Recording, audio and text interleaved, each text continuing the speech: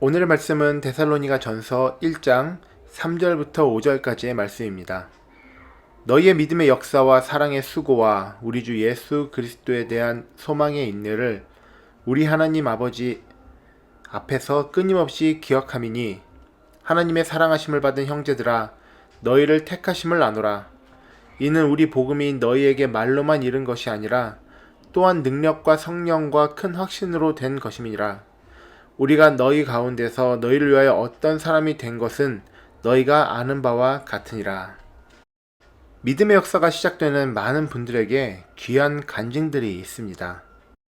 큰 사고나 질병에서 본인이나 가족이 죽을 고비를 넘기며 하나님의 손길을 체험하고 믿음의 길로 들어선 분도 계시고, 재정이나 관계 등에서 큰 어려움을 겪다가 주님께서 회복시켜주시는 가운데 하나님에 대한 확신이 생기신 분들의 이야기도 종종 듣습니다.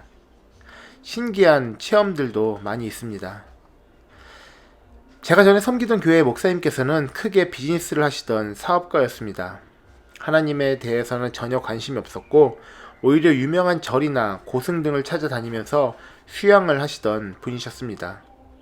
그러던 중 비즈니스를 하면서 알고 지내시던 한 분이 목사 안수를 받고 교회를 개척하면서 창립 예배에 초청하셨습니다.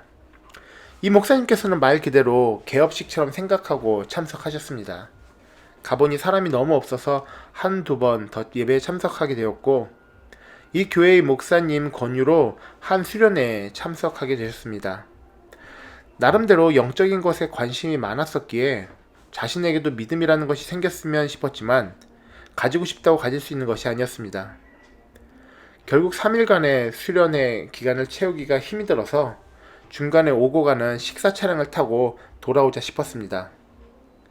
그 이야기를 들은 한 다른 지역에서 오신 목사님께서 하루만 더 있으면서 저녁에 자신과 함께 기도해보자고 하셨다고 합니다. 그래서 하루 더 지내며 그날 저녁 함께 기도하는데 그 순간 본인에게 믿음이 생기더라는 것입니다.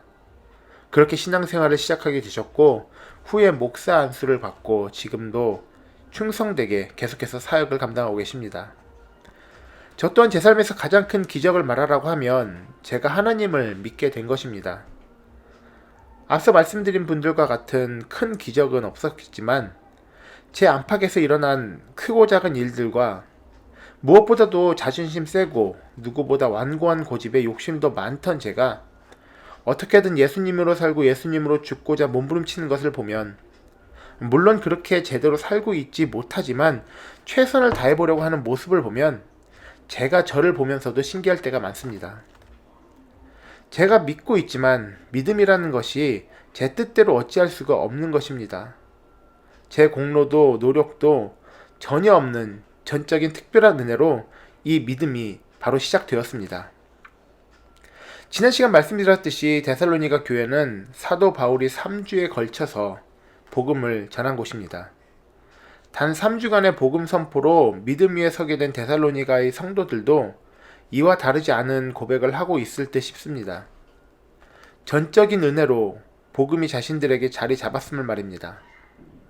그렇게 오늘 본문 4절에서 사도 바울은 하느님의 택하심, 바로 하나님의 사랑으로 택하심을 받은 형제들이라고 데살로니가 성도들을 부르고 있는 것입니다. 그리스도인들을 핍박하기 위해 다메섹으로 가던 길 위에서 예수님을 만나고 전적인 은혜로 회심하게 된 바울은 이미 그 택하심, 그 하나님의 사랑에 의한 택하심에 대한 강렬한 경험이 있었기에 데살로니가 성도들이 받은 하나님의 사랑을 생각해 볼 때 감회가 남달랐을 것입니다. 그래서 형제들아 라고 그들을 부름에 있어 동질감, 주 안에서의 진정한 한 가족에 대한 그 애틋함도 드러나는 듯 싶습니다. 누구에게나 마찬가지겠지만 이 택하심을 받은, 복음의 은혜를 받은 것을 가장 먼저 깨닫게 되는 것은 바로 본인 자신일 것입니다. 내 안에 믿음이 생겨 예수 그리스도를 주로 시인하고 말씀을 붙잡으려는 자신을 보며 깨닫게 될 것입니다. 그러한 데살로니가 성도들의 내면 변화를 사도 바울은 어떻게 알고 그들에게 형제들이라고 하면서 하나님의 택하심을 이야기할 수 있을까요? 바울은 3주간의 복음 전파 후 그 지역을 떠났기에 그들의 고백을 함께 듣기도 어려웠을 것입니다. 2000여 년 전이기에 지금처럼 서로 소식을 주고받는 것도 불가능했을 것입니다. 하지만 택하심을 받은 그들의 삶의 모습은 어떠한 입술의 고백보다 더 확실한 증거가 되었습니다. 그들의 삶의 모습이 바로 3절에서 나오고 있습니다. 믿음의 역사와 사랑의 수고와 우리 주 예수 그리스도에 대한 소망의 인내가 삶에서 드러나오고 있었습니다. 누구에게도 숨길 수 없는 하나님 믿는 성도로서의 그 모습이 바울에게 전해졌습니다. 데살로니가 성도들의 열매를 보고 바울은 그들이 하나님의 택하심을 입은 그 귀한 형제 자매들임을 알게 된 것입니다. 우리의 믿음을 누구에게 보이는 것이 중요한 것은 아닙니다. 누구에게 보이기 위해서 우리가 신앙생활 하는 것도 절대 아닙니다. 하지만 믿는 자로서 보일 수밖에 없는 모습이 있습니다. 아니, 믿는 자라면 반드시 보이는 모습들이 있습니다. 홀로 산속에 들어가 아무도 없는 곳에서 살지 않는 한 최소한 배우자 혹은 가족들, 이웃들, 더 나아가서 교회 공동체나 일터, 하다못해 마트 같은 곳을 지나다가 스치는 사람들에게까지도 택함을 받은 은혜를 입은 성도들이라면 그 드러나는 모습을 숨길 수가 없습니다. 믿음의 역사와 사랑의 수고와 우리 주 예수 그리스도에 대한 소망의 인내가 반드시 보일 수밖에 없다는 것입니다. 우리는 택하심을 받은 성도들입니까? 물론 그것은 우리 자신이 제일 잘 알고 있을 것입니다. 동시에 우리는 택하심을 받은 성도들로 보입니까? 그것은 우리 자신이 아닌 우리 주변의 사람들이 잘 알고 있을 것입니다. 문제는 이 모습을 통해 그 사람들에게 예수 그리스도를 전하고 있다는 것입니다. 우리가 의도하든 의도하지 않든 그들은 우리를 통해 예수 그리스도를 봅니다. 우리가 의도하든 의도하지 않든 우리의 삶 자체가 전도의 수단이자 방법이 됩니다.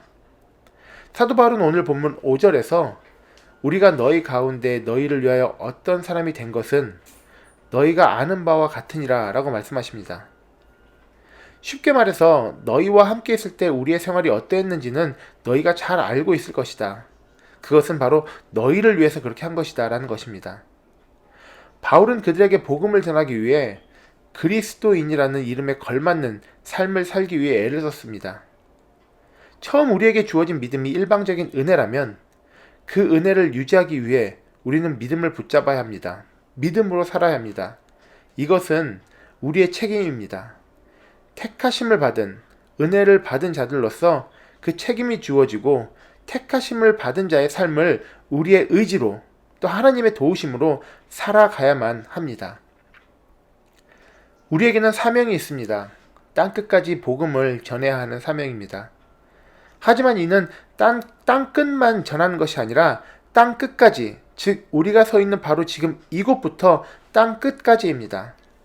믿음의 역사와 사랑의 수고와 우리 주 예수 그리스도에 대한 소망의 인내로 우리의 삶이 택하심을 받은 자로서 온전히 보일 때 보는 사람들은 예수 그리스도가 어떤 분인지 짐작할 수 있게 될 것입니다. 그들의 마음을 열고 귀를 열고 눈을 열어 깨닫게 하시는 분은 하나님이십니다. 우리는 그저 그리스도인의 삶을 살아감으로써 바른 것을 보여주는 것뿐입니다. 결국 주님께서 이루실 것입니다. 우리가 은혜로 받은 복음이 우리 주변에 은혜로 또 땅끝까지 그 은혜로 또 전해질 것입니다. 우리 모두 바른 그리스도인으로 살아가시기 바랍니다. 믿음의 역사와 사랑의 수고와 우리 주 예수 그리스도에 대한 소망의 인내로 사랑으로 선택된 자의 모습을 보일 때 주께서 모든 것을 이루시며 우리가 그 영광의 도구되는 은혜 또한 누릴 수 있을 것입니다.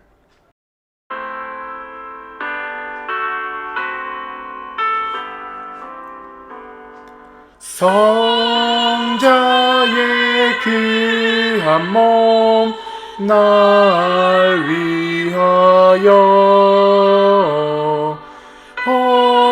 버리신 그 사랑 고마워라.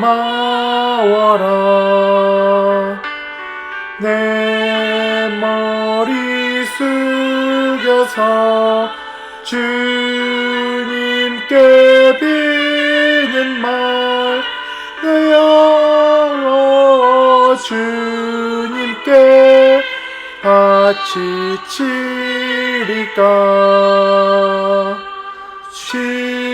지금도 날 위해 간구하심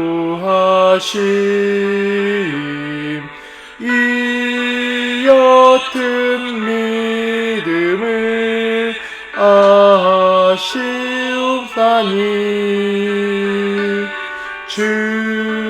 주님의 참사랑 고맙고 놀라워 찬송과 기도를 쉬지 않네. 주님의 십자가 나도 지고 신실한 믿음과 마음으로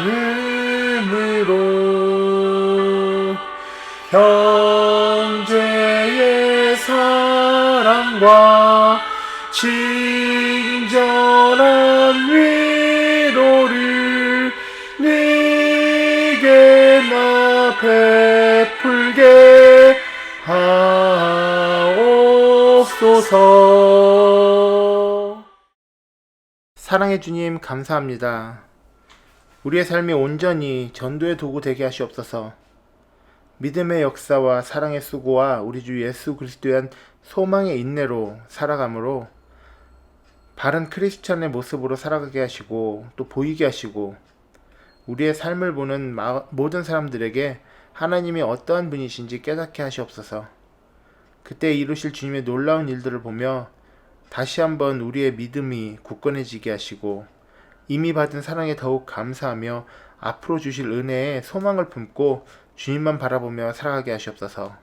감사드리며 예수님 이름으로 기도드립니다. 아멘. 하늘에 계신 우리 아버지여, 이름이 거룩히 여김을 받으시오며 나라에 임하옵시며 뜻이 하늘에서 이룬 것 같이 땅에서도 이루어지이다. 오늘 우리에게 일용할 양식을 주시옵고 우리가 우리에게 죄진 자를 사하여 준 것 같이 우리 죄를 사하여 주옵시고 우리를 시험에 들게 하지 마시옵고 악에서 구하시옵소서. 나라와 권세와 영광이 아버지께 영원히 있사옵나이다. 아멘.